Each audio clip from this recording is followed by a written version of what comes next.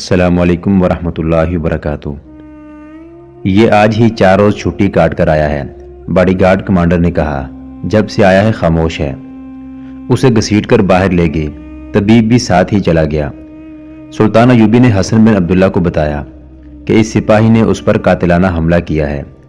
حسن بن عبداللہ نے اس شک کا اظہار کیا کہ یہ فدائی ہوگا۔ سلطان ایوبی نے کہا کہ یہ سپاہی کسی وجہ سے دماغی توازن کھو بیٹھا ہے۔ حسن بن عبداللہ کو سلطان ایوبی نے کہا کہ اس کے متعلق اچھی طرح چھان بین کی جائے۔ بہت دیر بعد طبیب سلطان ایوبی کے پاس آیا اور انکشاف کیا کہ اس سپاہی کو کئی روز مسلسل نشے کی حالت میں رکھا گیا ہے اور اس پر عمل تنویم یعنی ہیپناٹزم کیا گیا ہے۔ طبیب نے اس کی سانس سونگھ کر معلوم کر لیا تھا کہ اسے نشہ آور چیزیں کھلائی یا پلائی گئی ہیں۔ اس نے سلطان ایوبی کو بتایا، عمل طب کے لیے کوئی عجوبہ نہیں، اس کا موجد حسن بن صبا ہے۔ آپ کو معلوم ہوگا کہ اس نے ایک نشہ آور شربت تیار کیا تھا جس میں یہ اثر تھا کہ جو پی لے اسے نہایت حسین اور دل نشین مناظر نظر آتے تھے۔ اس کیفیت میں اس کے کان میں جو بات ڈالی جائے وہ اسی کو حقیقی روپ میں دیکھنے لگتا تھا جو دراصل تصور ہوتا تھا۔ حسن بن صبا نے اسی نشے اور عمل تنویم کی بنیادوں پر ایک جنت بنائی تھی جس میں داخل ہونے والے وہاں سے نکلنے پر آمادہ نہیں ہوتے تھے۔ وہ منہ میں مٹی اور کنکریاں ڈال کر سمجھتے تھے کہ مرغن کھانے کھا رہے ہیں، کانٹوں پر چلتے تو سمجھتے تھے کہ مخمل پر چل رہے ہیں۔ حسن بن صبا تو مر گیا، اس کا یہ شربت اور عمل پیچھے رہ گیا۔ اس کا گروہ قاتلوں کا گروہ بن گیا۔ اپنے مقاصد کے لیے یہ گروہ حسین لڑکیوں اور اس شربت کا استعمال کرتا ہے۔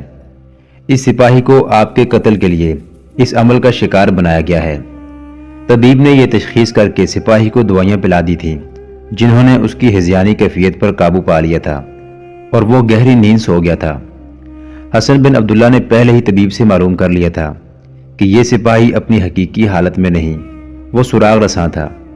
اس نے باڈی گارڈوں سے معلوم کر لیا کہ یہ سپاہی 4 روز کی چھٹی پر گیا تھا، لیکن کسی کو یہ معلوم نہیں کہ اس نے چھٹی کہاں گزاری ہے۔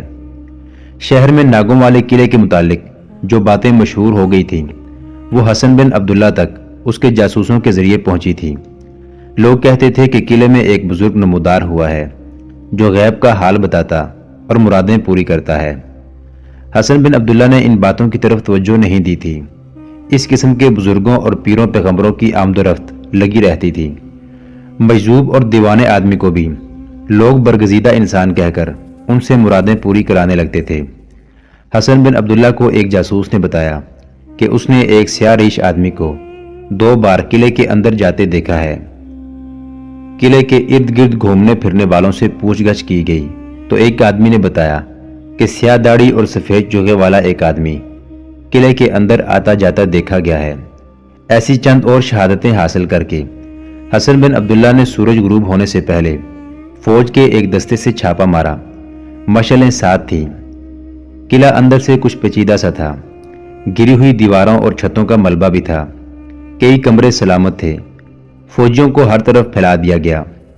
کسی گوشے سے شور اٹھا، کچھ سپاہی ادھر دوڑے گئے۔ وہاں 2 سپاہی پڑے تڑپ رہے تھے، ان کے سینوں میں تیر اترے ہوئے تھے۔ کہیں سے 3-4 تیر آئے، 3-4 سپاہی اور گر پڑے۔ بعض سپاہی اس ڈر سے پیچھے ہٹ آئے کہ یہاں کوئی انسان نہیں ہو سکتا، یہ جن بھوت ہوں گے۔ حسن بن عبداللہ حقیقت پسند انسان تھا۔ اس نے سپاہیوں کا حوصلہ بڑھایا اور انہیں بتایا کہ یہ تیر انسانوں کے چلائے ہوئے ہیں۔ اس نے گھیرے کی ترتیب بدل دی اور گھیرا تنگ کرنے لگا۔ وہاں کوئی انسان نظر نہیں آ رہا تھا۔ کہیں سے 2-4 تیر آتے اور 2-4 سپاہی زخمی ہو جاتے تھے۔ حسن بن عبداللہ نے فوج کا ایک اور دستہ منگوا لیا۔ رات گہری ہو گئی تھی، بے شمار مشعلیں منگوا لی گئیں۔ ایک دستے کا کمانڈر اس کمرے تک پہنچ گیا جہاں سپاہی آتا رہا تھا۔ اس ڈراؤنے کھنڈر میں ایسے سجے سجائے کمرے کو دیکھ کر سپاہی ڈر گئے۔ یہ جنوں کا ہی مسکن ہو سکتا تھا۔ حسن بن عبداللہ کو بلایا گیا۔ اس نے اندر جا کر سامان دیکھا تو اس پر راز کھولنے لگے۔ اتنے میں چند ایک سپاہیوں نے سیاہ ریش والے آدمی کو کہیں سے پکڑ لیا۔ اس کے ساتھ ایک خوبصورت لڑکی تھی۔ ان کے بعد 6 اور آدمی کونوں خدروں میں چھپے ہوئے پکڑے گئے۔ ان کے پاس کمانیں اور تیر تھے۔ سیاہ ریش نے خدا کا برگزیدہ انسان اور تنہائی میں چلا کاٹنے والا تارک الدنیا بننے کی بہت کوشش کی، لیکن اتنی حسین اور جوان لڑکی اور تیر و کمان سے مسلح افراد اور ان کا فوج کے ساتھ مقابلہ اسے جھٹلا رہا تھا۔ اس کے سامان پر قبضہ کر لیا گیا اور ان سب کو لے گئے۔ 3-4 مرتبان، سراہیاں اور پیالے بھی برآمد ہوئے تھے۔ یہ چیزیں رات کو طبیب کو دے دی گئیں۔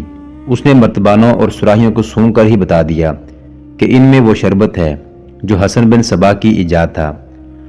ان تمام آدمیوں اور لڑکی کو قید خانے میں لے گئے۔ صبح طلوع ہو رہی تھی جب لڑکی نے اذیتوں کے پہلے مرحلے میں ہی بتا دیا کہ یہ گروہ فدائیوں کا ہے اور یہ لوگ نیا حلف لے کر آئے تھے کہ سلطان ایوبی کو قتل کر کے لوٹیں گے ورنہ مر جائیں گے۔ لڑکی نے بتایا کہ اس محافظ سپاہی کو سیاہ ریش نے پھانسا تھا اور اسے نشہ پلا کر اس پر عمل تنویم کیا جاتا تھا۔ سپاہی کے ذہن میں اس نشے اور عمل کے ذریعے سلطان صلاح الدین ایوبی کے خلاف ایسی نفرت پیدا کی گئی کہ وہ سلطان کو قتل کرنے کے لیے چل پڑا۔ ان لوگوں کو توقع تھی کہ سلطان ایوبی اس سپاہی کے ہاتھوں قتل ہو جائے گا، اس لیے وہ اطمینان سے قلعے میں بیٹھے رہے۔ سیاہ ریش جاسوسی کے لیے گیا تھا، لیکن اسے کچھ پتہ نہیں چل سکا، نہ اسے وہ سپاہی کہیں نظر آیا۔ شام کے وقت اچانک فوج آ گئی۔ سیاہ ریش بڑا سخت جان نکلا۔ اس نے صاف کہہ دیا کہ اس لڑکی کے ساتھ اس کا کوئی تعلق نہیں۔ وہ اس کھنڈر میں ایک وظیفے کا چلہ کرنے آیا تھا۔ اس کے دوسرے ساتھیوں نے بھی پہلے انکار کیا، لیکن حسن بن عبداللہ نے جب انہیں تہ خانے میں لے جا کر اذیت رسانی کے عمل میں ڈالا تو انہوں نے باری باری اپنے جرم کا اعتراف کر لیا۔ سیاہ ریش کو جب ان کے سامنے کھڑا کیا گیا تو اس کے لیے انکار کی کوئی صورت نہ رہی۔ اس نے جب اپنے ساتھیوں کی حالت دیکھی تو اس پر لرزہ طاری ہو گیا۔ اسے کہا گیا کہ وہ تمام تر واقعات پوری تفصیل سے سنا دے تو اسے باعزت طریقے سے رکھا جائے گا، ورنہ اسے مسلسل اذیتوں میں ڈال کر مرنے بھی نہیں دیا جائے گا اور زندہ رہنے کے قابل بھی نہیں رہنے دیا جائے گا۔ اس نے تہ خانے میں اذیت رسانی کا سامان اور طریقے دیکھے تو وہ سب کچھ بتانے پر رضامند ہو گیا۔ اس کے بیان کے مطابق وہ فدائی قاتلوں کے گروہ کا آدمی تھا۔ فدائیوں کے سرغنہ شیخ سنان کا وہ خصوصی تجربہ کار قاتل تھا، لیکن وہ اپنے ہاتھوں قتل نہیں کرتا تھا۔ اس کا طریقہ کار اسی قسم کا تھا جو اس نے اس واردات میں استعمال کیا تھا۔ یہ حسن بن صبا کی ایجاد تھی۔ اگر اس فرقے کے متعلق کتابیں پڑھی جائیں تو ان میں اس طریقے کی تفصیلات واضح ہو جاتی ہیں۔ تمام مصنفین نے رائے دی ہے کہ حسن بن صبا کو خدا نے غیر معمولی عقل عطا کی تھی جو اس نے شیطانی کاموں میں استعمال کی۔ اس سپاہی کو جس طرح سلطان ایوبی کے قتل کے لیے استعمال کیا گیا وہ اس فرقے کا ایک عام طریقہ قتل تھا۔ اس سپاہی کی مثال سے اس انوکھے طریقہ قتل کی وضاحت ہو جاتی ہے۔ اگر انسانی نفسیات کا مطالعہ کیا جائے تو کسی کو یوں اپنا اعلی کار بنانا حیران کن نہیں لگتا۔ اس سپاہی کے لاشعور پر قبضہ کر کے اس پر سلطان ایوبی کے خلاف نفرت ڈالی گئی، پھر اسے جذبہ انتقام میں بدلا گیا۔ سیاہ داڑھی والے نے بتایا چونکہ سلطان ایوبی پر پہلے 4 قاتلانہ حملے ناکام ہو چکے تھے، اس لیے اس شخص کو بھیجا گیا تھا کہ وہ اپنا خصوصی طریقہ استعمال کرے۔ سلطان ایوبی پر پہلے 4 حملے براہ راست کیے گئے تھے۔ یہ دیکھ لیا گیا کہ سلطان ایوبی کو سیدھے طریقے سے قتل نہیں کیا جا سکتا۔ سیاہ ریش، جس کا نام وقائع نگاروں کے ہاں محفوظ نہیں، گروہ کے 6 تجربہ کار آدمیوں اور ایک لڑکی کو دمشق لے گیا۔ اس نے ناگوں والے ویران قلعے کو اپنا مسکن بنایا۔ اس میں گروہ رات کے اندھیرے میں داخل ہوا۔ انہوں نے اپنا سامان بھی رات کو وہاں پہنچایا۔ اس گروہ کے آدمیوں نے شہر میں یہ افواہ پھیلائی کہ قلعے میں ایک درویش نمودار ہوا ہے جس کے ہاتھ میں غیبی طاقت ہے اور وہ مستقبل کی باتیں بتاتا ہے۔ افواہوں کا مقصد یہ تھا کہ لوگ قلعے میں آئیں اور سیاہ ریش کو غیب سے نمودار ہونے والا درویش یا پیغمبر تسلیم کر لیں۔ اپنی حیثیت منوا کر وہ کسی ایک یا ایک سے زیادہ آدمیوں کو قبضے میں لے کر سلطان ایوبی کے قتل کے لیے استعمال کرنا چاہتا تھا۔ خلاف توقع لوگ قلعے میں نہ آئے، جس کی وجہ یہ تھی کہ قلعے کے متعلق بڑی ہی ڈراؤنی روایات مشہور تھیں۔ ان میں یہ روایت سب سے زیادہ خطرناک تھی کہ دونوں ناگوں کی عمر 1000 سال ہو چکی ہے اور اب انسانوں کے روپ میں ظاہر ہوئے ہیں، اور کوئی ان کے قریب جائے تو اسے نگل جاتے ہیں۔ گروہ کا سرغنہ منجا ہوا قاتل تھا۔ اس کے دماغ میں یہ سکیم آئی کہ سلطان ایوبی کے دستے سے کسی سپاہی کو استعمال کیا جائے۔ چنانچہ وہ کئی روز یہ دیکھتا رہا کہ محافظ دستے کے سپاہی کہاں رہتے ہیں اور ان کی ڈیوٹی کس طرح لگتی ہے۔ سلطان ایوبی کے دفتر تک اور گھر تک نہ پہنچ سکا، کیونکہ ان دونوں جگہوں کے قریب کوئی شہری یا فوجی نہیں جا سکتا تھا۔ یہ ممنوع علاقہ تھا۔ تاہم اس استاد نے اس محافظ سپاہی کو دیکھ لیا اور کسی طرح یہ بھی معلوم کر لیا کہ وہ سلطان ایوبی کے دفتر کے محافظوں میں سے ہے، یعنی یہ آسانی سے سلطان ایوبی تک پہنچ سکتا تھا۔ اس نے اس سپاہی پر نظر رکھی۔ اس وقت سیاہ ریش کا ارادہ کچھ اور تھا۔ ایک روز یہ سپاہی اسے باہر جاتا نظر آ گیا۔ سیاہ ریش نے اسے راستے میں روک لیا اور اس کے ساتھ ایسی باتیں کی جنہیں کوئی انسان خواہ کتنی ہی مضبوط شخصیت کا ہو نظر انداز نہیں کر سکتا۔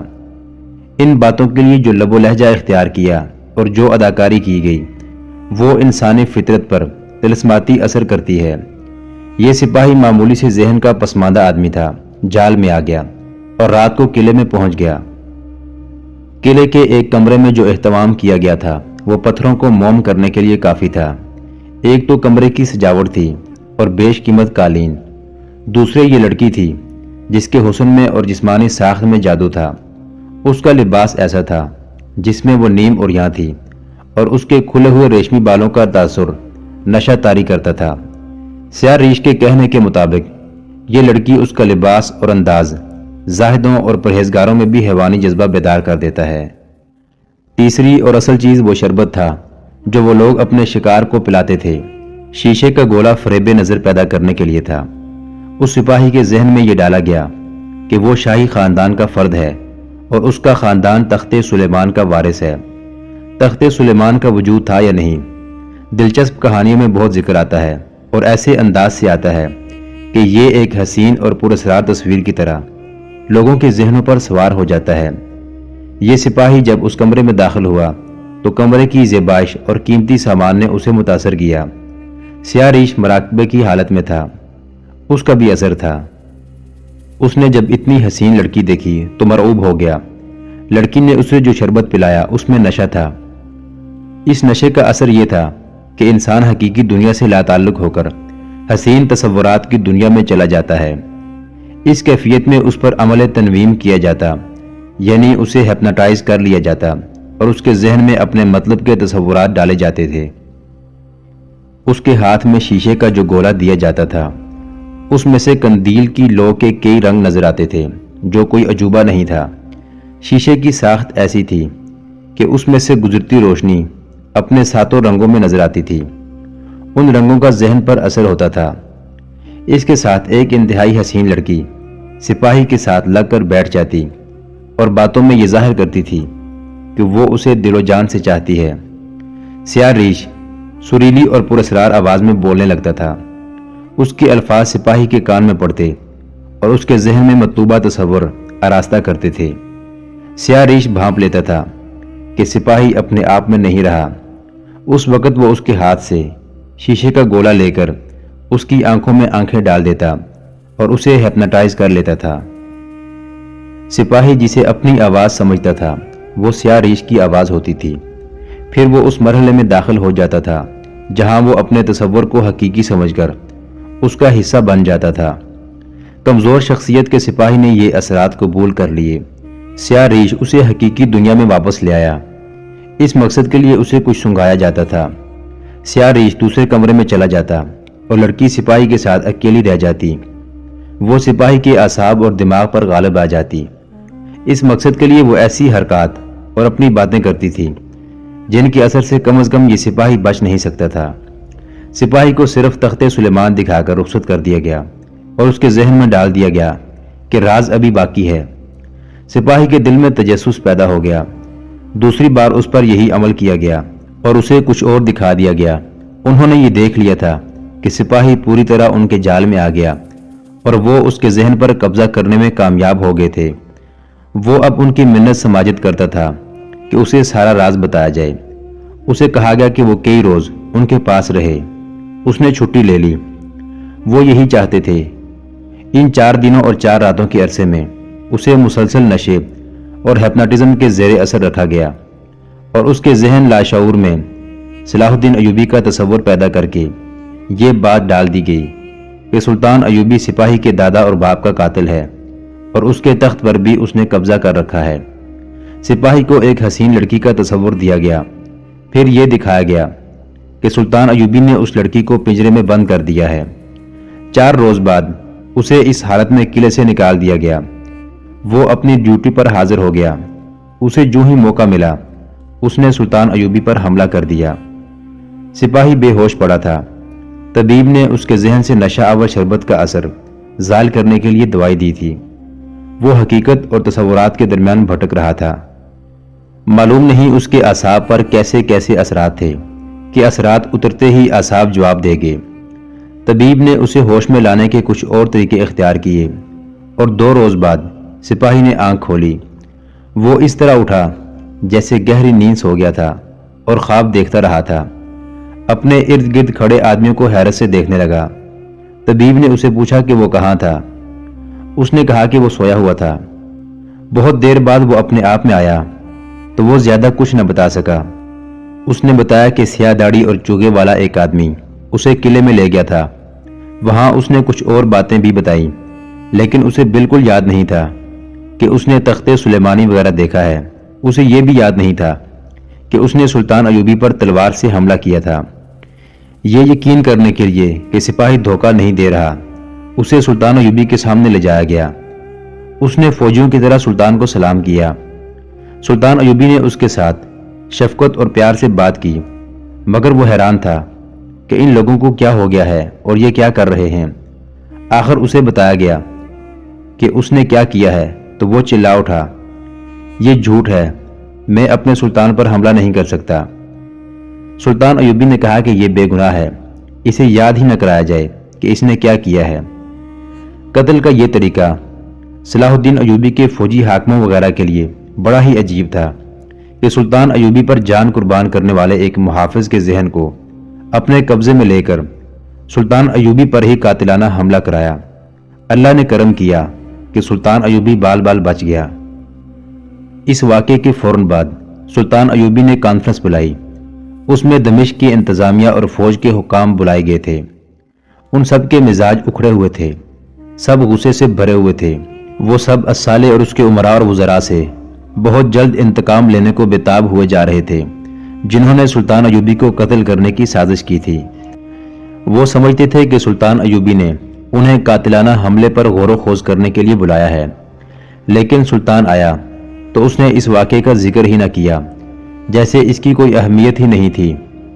اسے اس وقت تک جاسوسوں نے دشمن کی سرگرمیوں کی جو اطلاعات دی تھی، وہ ان کے مطابق اپنے پلان کی تبدیلی کے متعلق سب کو آگاہ کر رہا تھا۔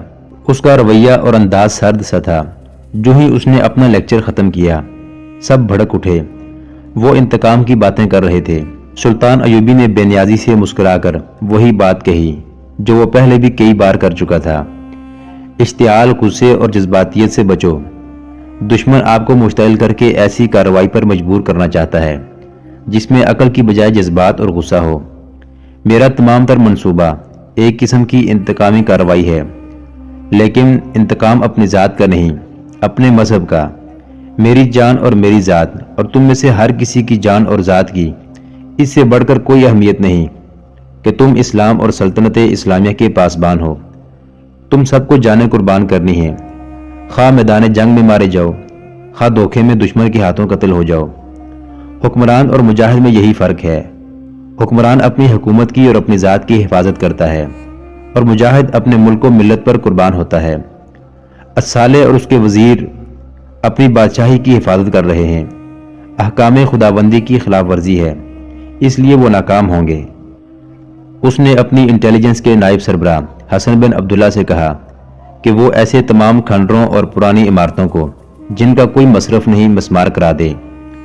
اس نے یہ ہدایات بھی جاری کی کہ مسجدوں میں اس موضوع پر خطبے دیے جائیں کہ دونوں جہاں کا حاکم خدا ہے اور غیب کا حال اس کے سوا کسی کو معلوم نہیں۔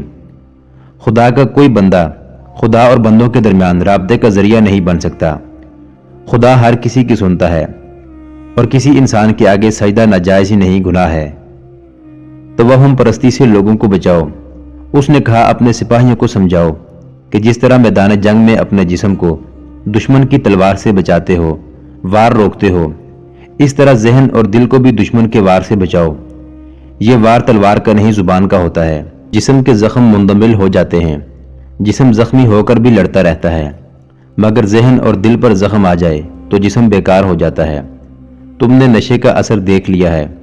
میرے اپنے محافظ نے مجھ پر ہی حملہ کر دیا۔ جب نشہ اترا تو وہ مان نہیں رہا تھا کہ اس نے مجھ پر حملہ کیا ہے۔ اس نشے میں ایک خوبصورت لڑکی کا نشہ بھی شامل تھا۔ یہ بھی یاد رکھو کہ یہ حالت صرف ان لوگوں کی ہوتی ہے جنہیں تم اپنا غلام اور مویشی بنا لیتے ہو۔ ان میں ذمہ داری کا اور مسلمان کی عظمت کا احساس بیدار کرو۔ ان پر ذمہ داریوں اور قومی وقار کا نشہ طاری کر دو۔ ملک و ملت کا وقار اور اس وقار کا دفاع ان کے ایمان میں شامل کر دو، پھر ان پر کوئی اور نشہ طاری نہیں ہو سکے گا۔ محترم ناظرین، سلطان صلاح الدین ایوبی کی زندگی کے واقعات پر مشتمل سیریز دیکھنے کے لیے چینل کو سبسکرائب ضرور کر لیں۔ گزشتہ اقساط دیکھنے کے لیے چینل پر پلے لسٹ کا وزٹ کریں۔ ویڈیو کو لائک اور شیئر ضرور کیجیے۔ کمنٹ باکس میں اللہ اکبر ضرور ٹائپ کریں۔ اللہ آپ کا حامی و ناصر ہو۔